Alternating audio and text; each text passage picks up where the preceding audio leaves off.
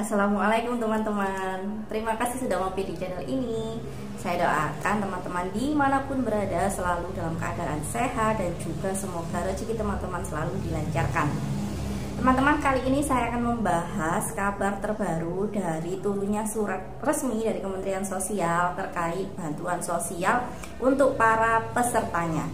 Jadi teman-teman, kemarin ada surat resmi yang turun setelah adanya proses rapat dari pihak Kementerian Sosial dengan para anggota dewan. Nah, dari rapat tersebut telah disepakati beberapa poin. Nah, salah satu poinnya akan saya bahas di video kali ini.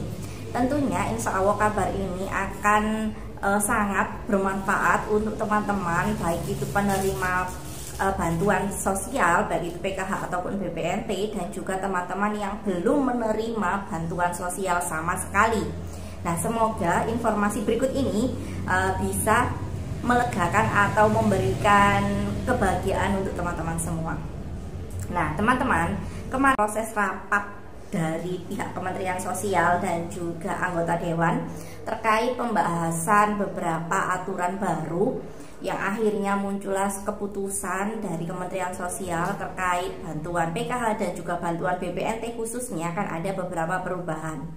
Nah, salah satu hasil rapat kemarin yang telah disepakati teman-teman, jadi dari Komisi 8 DPR RI ini meminta Menteri Sosial Republik Indonesia agar menindaklanjuti pandangan dan pendapat pimpinan dan anggota Komisi 8 DPR RI. Salah satunya adalah terkait memperluas sasaran penerima manfaat bantuan sosial tidak hanya yang masuk ke dalam DTKS, tapi juga non-DTKS yang kemudian dimasukkan ke dalam DTKS. Jadi, poin ini yang akan saya bahas di video kali ini teman-teman. Seperti kita ketahui bersama bahwa ketika teman-teman itu mendapatkan bantuan sosial baik PKH ataupun BPNT, maka data teman-teman otomatis akan masuk ke dalam data terpadu kesejahteraan sosial atau DTKS. Nah, ketika teman-teman itu mendapatkan bantuan sosial tapi teman-teman belum terdaftar dalam DTKS, teman-teman bisa mengusulkan kepesertaan DTKS melalui operator desa. Terus kemudian nanti akan ditindaklanjuti ke operator kecamatan, operator kabupaten, dan sampai ke provinsi dan ke pusat. Seperti itu ya teman-teman. Jadi berjenjang, tidak bisa melewati satu tahapan saja. Misalnya teman-teman ingin masuk ke DTKS tapi karena teman-teman mungkin ada permasalahan sendiri dengan para perangkat desa sehingga teman-teman tidak mau mengurus di wilayah desa masing-masing, itu tidak bisa seperti itu karena teman-teman tetap harus mengajukan dari desa. Seperti itu ya. Kabar baik ini teman-teman adalah terkait bantuan sosial yang nantinya akan diberikan bukan hanya kepada peserta yang sudah masuk dalam DTKS saja.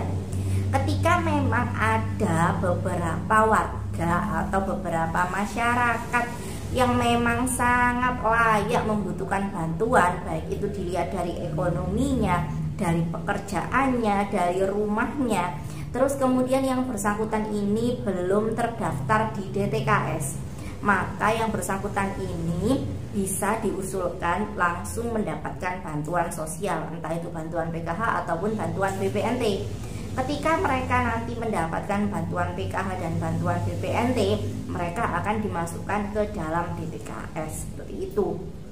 Karena teman-teman, seperti yang sudah saya lihat di beberapa kondisi sekitar di lapangan, maksudnya seperti itu, memang ada beberapa warga yang sangat membutuhkan bantuan. Jadi mereka ini kategori memang tidak mampu, namun mereka belum terdaftar di DTKS.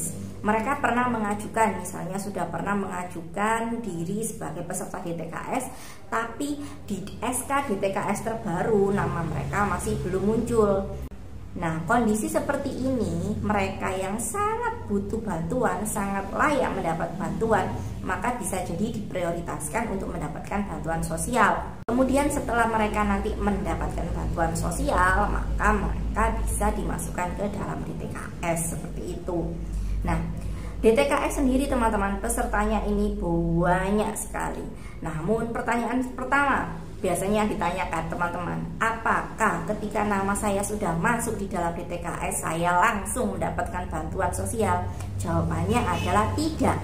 Karena tidak ada yang tahu kapan pastinya, tanggalnya, jadwalnya secara pasti teman-teman bisa mendapatkan bantuan sosial setelah nama teman-teman sudah ada di DTKS. Karena sekali lagi, untuk bantuan PKH dan juga bantuan BPNT ini kan dari pusat. Ketika memang kuota peserta PKH dan kuota peserta BPNT-nya ini memang kurang, maka kan perlu ditambah beberapa KPM lagi untuk menggenapi kuota tersebut. Nah, kuota peserta penerima bantuan PKH dan juga bantuan BPNT ini tentunya akan berbeda-beda di setiap wilayah. Ada wilayah yang banyak sekali penambahan peserta penerima bantuan BPNT dan PKH-nya karena wilayah tersebut masuk dalam wilayah ekstrim. Jadi banyak yang kurang mampu seperti itu. Kemudian ada wilayah lain yang memang kuota peserta penerima bantuan BPNT dan PKH-nya ini tidak terlalu banyak karena kesejahteraan ekonomi di daerah tersebut itu sudah lebih baik. Jadi di wilayah saya dan di wilayah teman-teman otomatis berbeda jumlah peserta penerima bantuan PKH ataupun BPNT tambahannya, seperti itu ya. Jadi untuk teman-teman yang merasa memang membutuhkan bantuan, merasa memang layak mendapatkan bantuan sosial, teman-teman harus tetap mendaftar ke DTKS. Pendaftaran melalui DTKS itu selalu dibuka di awal bulan teman-teman ya, antara tanggal 1 sampai tanggal 5 teman-teman bisa mendaftar ke operator desa masing-masing. Ketika nanti proses pendaftaran DTKS itu sudah selesai dilaksanakan oleh pihak desa masing-masing, maka tinggal menunggu SK DTKS terbaru di bulan selanjutnya, seperti itu.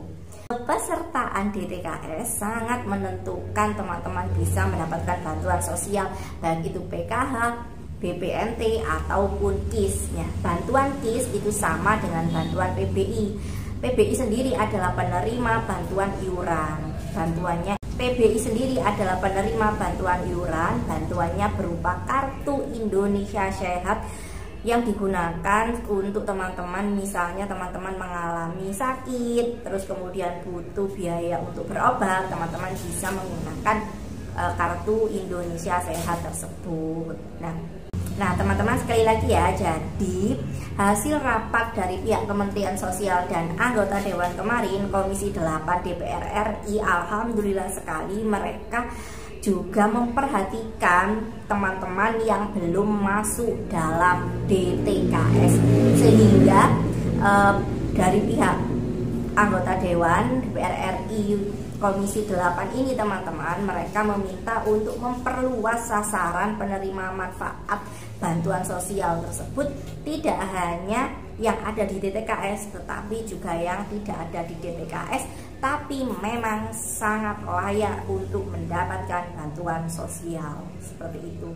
Nah teman-teman, itu tadi kabar baik dari saya. Kita ketemu di video yang lain. Terima kasih. Assalamualaikum warahmatullahi wabarakatuh.